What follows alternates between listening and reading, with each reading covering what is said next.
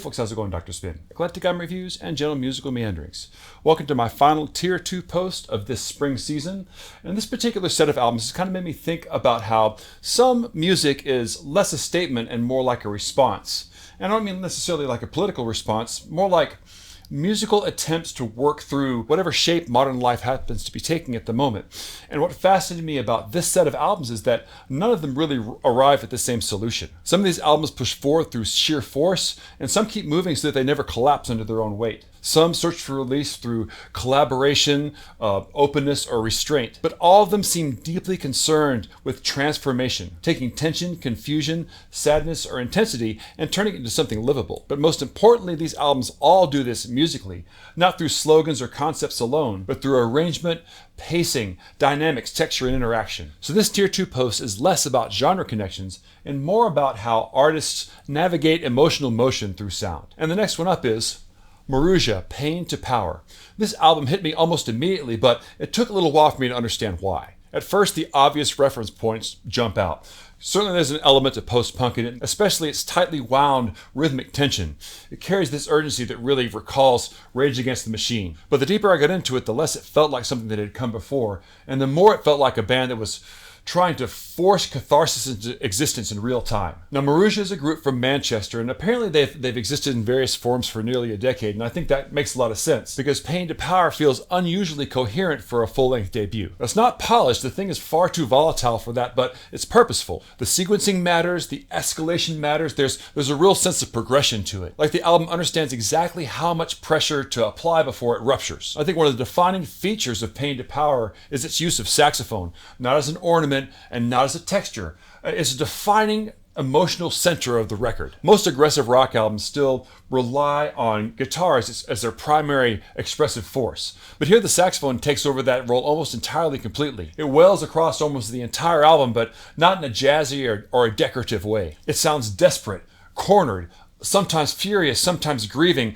but a lot of the time, all those things at once. And that changes the emotional shape of the music dramatically, because despite how abrasive Pain to Power is, and it is abrasive, there's also an enormous amount of sadness embedded within it. The vocals are emotionally raw and clearly anti-establishment, but they rarely feel triumphant. More often, they sound like pleas being thrown out into a collapsing environment, trying to break through the noise around them. And that's where this album really locked in for me, because a lot of politically charged music really aims for confrontation. Pain to Power, on the other hand, feels more interested in transformation. The entire thing has a strange alchemical quality to it, like the band is trying to convert tension into transcendence through sheer collective force. The songs build patiently, the chemistry between the players keeps tightening, and eventually the music reaches these cathartic peaks that feel less like catharsis and more like an emotional exorcism. What impressed me the most is none of this feels artificial. Even at its most chaotic, the album stays deeply organic. You can hear the ensemble reacting to each other in real time, stretching tension together, sustaining momentum together, collapsing, and rebuilding together. That sense of physical interaction is a huge part of why this album works so well. And maybe that's why it connected with me as strongly as it did. It scratched a very specific itch that I didn't realize that I had. Music that believes that catharsis is possible, even if it has to tear through layers of grief and exhaustion to get to it. Smiling hard, like the frown of their extortion. I go hard, I got no water, I got no grace. It's genocide abundant. We all just turned away and saw for a bargain. Lap it up like dogs, hear them barking. The cunning isn't soul, you're a target. They look down on us. Look down on us. Look down on us. They look down. Next up I got Mastodon's Leviathan. Now I've kind of backed into Mastodon's catalog from a certain perspective, because a lot of people got into Mastodon through Leviathan, but my introduction to the band was through Crack the Sky, which means I first encountered the band through their more atmospheric and progressive side. So going back to this earlier period was a little bit jarring at first, because it's just a little bit closer to the band's extreme metal roots. The vocals are harsher, the edges are rougher, and the whole album operates at a much higher level of sustained intensity. And that kind of intensity, I think, can be dangerous in metal, because when everything is loud all the time, loudness stops carrying meaning. Albums flatten out, the impact dulls, and a lot of extreme metal bands fall into this sort of trap. But what makes the Leviathan work so well is that Mastodon seems to instinctively understand that heaviness only stays powerful if the music keeps redistributing tension underneath it. Now, this is a concept album based on Moby Dick, which sounds like on paper a recipe for excess. You hear literary metal concept album and it imagines some sort of sprawling, self-important double record. But Leviathan is surprisingly concise at 46 minutes, and most importantly, it moves. Constantly. Crushing riffs suddenly break into angular arpeggios, and the songs pivot unexpectedly, and the drumming is absolutely relentless. Not just heavy, but hyperactive, packed with fills that keep the music surging forward, even at slowest and most crushing moments. The album rarely sits still long enough for the weight to collapse in on itself, and that sense of movement turns out to be essential as to why the Moby Dick concept works so well. Because the story isn't really about a whale, it's a story about obsession becoming propulsion, about momentum carrying somebody beyond reason. Mastodon apparently became fascinated by the novel while touring behind their first album, and they saw something in themselves in Ahab's fixation, the destructive pursuit of greatness, notoriety, transcendence, whatever form that takes. And the music reflects that psychology incredibly well. The album feels driven by escalation and pursuit, and the inability to stop moving forward even clearly when the destination is ruinous. And what's impressive is, despite all of that force, the album still feels surprisingly thoughtful. There are deep layers to it, structurally, musically, and even literarily, so it rewards replay because the details emerge gradually beneath the aggression. And while later Mastodon albums would develop more overt nuance and progressive sophistication, Leviathan still contains the core insight that's allowed the band to endure, which is that heaviness becomes more powerful when it breathes. And that's why this album still feels alive, I think, after 2 decades of its release. Not because it's constantly punishing, but because it understands motion, contrast, and release well enough to make the turbulence feel physical. The whole thing moves like unstable water, violent, obsessive, and always pulling forward.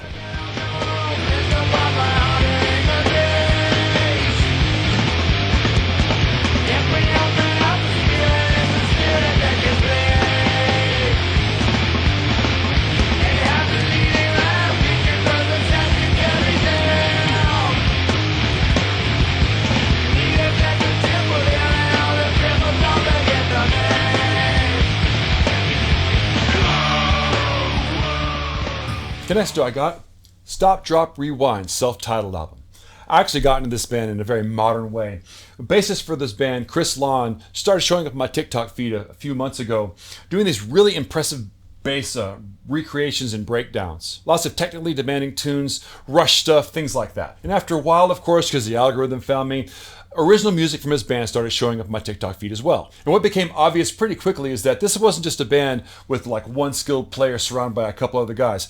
This is an entire band that shares some deep enthusiasm for the love of music itself. 3 guys trying to chase down the flow state. And I think that enthusiasm is the real way into this album. Because on paper, Stop, Drop, and Rewind has all the ingredients of music that can become exhausting very quickly. The songs are rhythmically dizzying, harmonically dense, and packed with abrupt turns and technical interplay. There are moments when the whole thing feels like some kind of prog metal alt universe Jimmy Eat world. And there may be something to that because by the band's own description, they're what happens when emo kids grow up and get jazz degrees. And I think that description honestly explains a lot. But what makes the album work is that the virtuosity never feels like a performance of superiority. Because let's face it, a lot of technically advanced bands treat musicianship like authority. You're meant as the listener to sit back and just admire the precision of it all. Stop, Drop, and Rewind, I think, approaches their music more like a collective excitement. The complexity is baked directly into the songwriting itself. So the songs never stop moving long enough to announce how clever they are. And I think that momentum matters. And yes, the rhythms constantly move underneath you. There are little accents that appear in strange places, and harmonies take unexpected turns, but the music remains remarkably tuneful and kinetic throughout. Even when the arrangements get incredibly dense, the band prioritizes propulsion and interaction over sterile perfection. And crucially, I think, the band doesn't take themselves too seriously. One of my favorite tracks on this album is the song Black Hole Benny, which is about some kind of bizarre alien invader. But it's ultimately really singable and has a harmonic structure that really boosts it forward. And while that may be an example of one of the more kind of goofy songs in the album, there are lots of emotionally sincere moments moments of intricate musicianship, and occasional bursts of real genuine tenderness. Initially, that kind of tonal shift can feel a little bit jarring, especially when you couple it with some kind of idiosyncratic vowel shaping, right? In the end, the band's personality becomes part of the musical language itself. They really make complexity feel enjoyable, as opposed to a lot of other progressive or virtuosic music that creates emotional distance because the listener becomes too aware of the difficulty involved. Stop, Drop, and Rewind avoids this trap almost entirely. The songs are the focus, the hooks are the focus, the energy is the focus, and the technicality simply becomes the mechanism that keeps the momentum surging forward. And that's ultimately what stayed with me about this album, is that it sounds less like musicians trying to prove how good they are, and more like musicians rediscovering why they love music in the first place. Don't quite understand it, what they'd even want with our planet. The infiltration has begun. The earth will tremble hard as he approaches. The ground will shake at the sound of cracking claws. The universe is wider than we know it. He holds our planet in his mighty paw. Okay, next up I got Friko, Something Worth Waiting For. Friko's first album, Where We've Been, Where We Go From Here, quietly became one of those recurring favorites from 2025. I really loved it for its fragile but explosive emotional quality that's largely anchored by lead singer Nico Capitan's voice. And that voice still remains the emotional center of the band. It's brittle, it's strained, it's yearning, sometimes almost uncomfortably exposed. But that vulnerability is exactly what gives it its weight. And Something Worth Waiting For, I think, pushes even further in this direction. And the way into this album is understand that Friko treats longing as a form of motion. The songs seem to constantly be searching for something absent, unreachable, or maybe only half remembered. You can hear that idea everywhere on the album. Trains, bicycles, hot air balloons, images of transit and movement keep surfacing throughout the lyrics and the atmosphere of the album. And on one level, they suggest escape, but on another, they feel almost exploratory, like restless, as if the songs themselves are trying to move toward some sort of emotional clarity without ever actually getting there. And that emotional searching shapes the music structurally as well. Like the previous album, the songs here are built carefully about dynamics and release. Capitan's voice often seems to push right to the edge of emotional collapse, and sometimes the intensity of the vocal delivery feels almost disproportionate to what the instrumentation is doing underneath. Friko is very good about allowing those tensions to resolve over time. The songs stretch outward patiently, allowing emotional pressure to accumulate before finally opening up to catharsis. And one of the things that distinguishes this album, again, from its predecessor is the addition of a full-time bassist guitarist. And that, I think, subtly changes the emotional interactions of the album, but not in a flashy or obvious way. The arrangements feel deeper and more interactive now, and there's more chemistry in the songs. There's more push and pull. The expanded instrumentation gives the music additional emotional terrain to move through, and the band takes advantage of that space with increasingly theatrical and nuanced arrangements. At times, the emotional content, instrumentation, and distortion almost blows up to shoegaze levels, threatening to swallow the songs whole, but interestingly, the vocals never completely disappear within that noise. The emotional core always remains visible underneath all the overwhelm. And that balance is important because this is an intensely melancholic album. There's a felt heaviness to it, and that sustained emotional intensity can occasionally border on exhausting, but the album avoids collapsing into wallowing because the songs continue reaching outward. Even at their saddest, they seem propelled by possibility. But what fascinates me the most about this album is that it carries this strange nostalgic feeling without sounding nostalgic in any literal sense. Now, granted, there are occasional lyrical references to sort of childhood and memory. Bicycle again comes up a couple times. But the deeper feeling embedded in the music is hard to pin down. It feels less like a nostalgia for a specific past and more like a yearning for something that maybe never even fully existed to begin with. And that's where I feel like you can think of Friko as a band that feels like they have an old soul. Because Something Worth Waiting For sounds haunted by emotional possibilities just beyond reach. And rather than resolving that tension clearly, Friko turns the search itself into the emotional experience of the album. 7 degrees, just one more for you and me. We're souls in a line, waiting to meet, waiting for that summer breeze to throw us through each other's arms. We're severed souls with 7 more degrees. Okay, Next up I got Thundercat Distracted. Thundercat is one of those artists where the first thing you notice about him is almost guaranteed to be the wrong thing, because the obvious headline for Thundercat is his musicianship.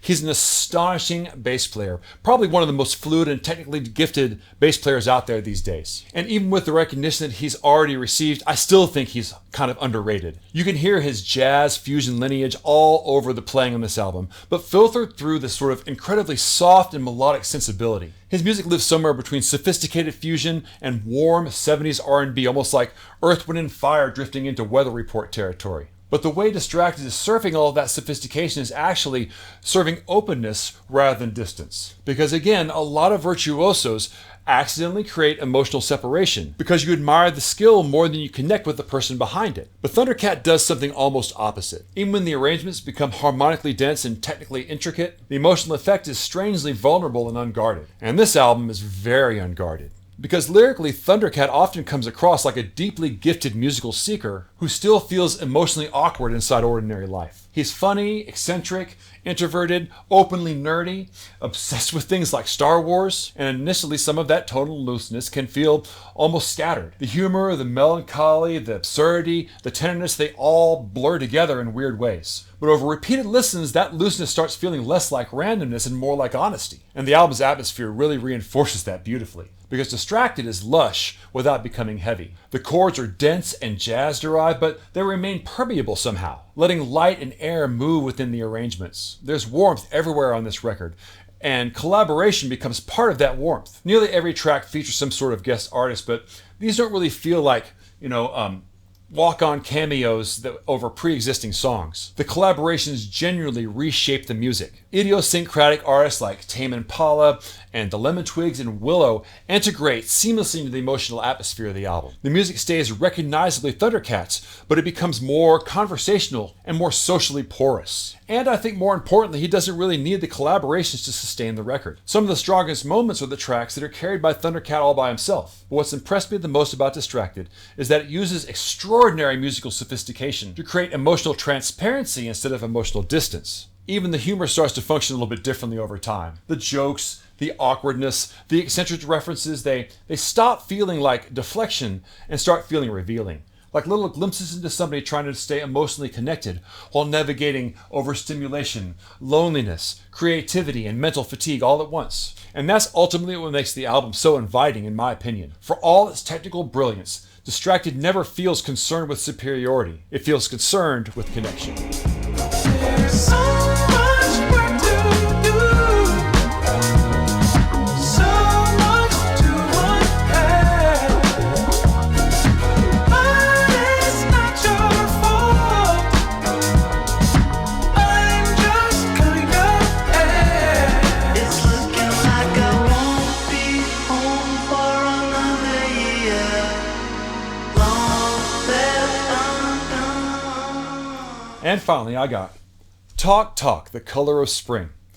Now, this is another band, Talk's another band that I've sort of backed into their catalog, because I started with Talk a couple of years ago with Laughingstock, which is about as deep into the wilderness as you can get with this band. And I've been slowly working my way backwards through their catalog. So instead of hearing their music sort of gently dissolve into the status that would be in those later albums, I've had the strange experience of watching song forms sort of gradually materialize as I move in reverse. And The Color of Spring is the point in their catalog at which that transformation becomes visible. This is their band's third album. It was released in 1986, and it sits directly between their former synth pop new romantic period and the more abstract, spiritually charged work that would follow on Spirit of Eden. And at this point, you can still hear recognizable pop structures.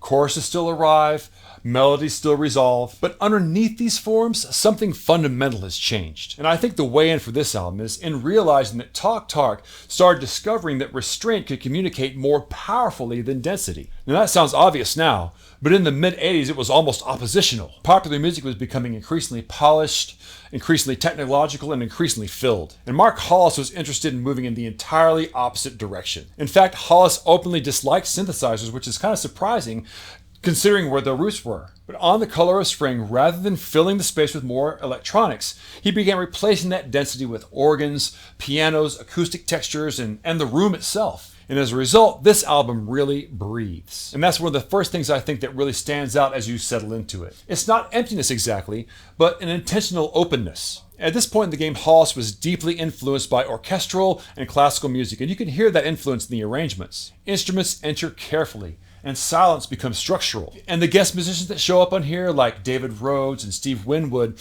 aren't here to make the album seem bigger. They're here to deepen its color and dimensionality. And the result is strangely enigmatic, because a lot of albums try to communicate emotion directly, but The Color of Spring, I think, tries to work more through implication. Hollis's voice is deeply emotive, but also distant in a way that feels almost spiritual, as if the songs are reaching towards something that he can't quite fully articulate. And this ambiguity, I think, becomes part of the album's emotional experience. That approach would eventually lead Talk Talk towards the massive artistic leap that you see on Laughingstock and Spirit of Eden, where songs dissolve into pure mood and interaction. But what makes The Color of Spring so compelling is that you can hear that in real time. The band is still tethered to structure, still writing songs in a recognizable sense, but already learning how much emotional weight can exist inside restraint. And that's ultimately why the album feels so timeless to me. It doesn't sound like a band that's trying to overpower the listener. It sounds like a band that no longer needs to wrestle for attention at all. The music simply opens up and trusts you to walk into it.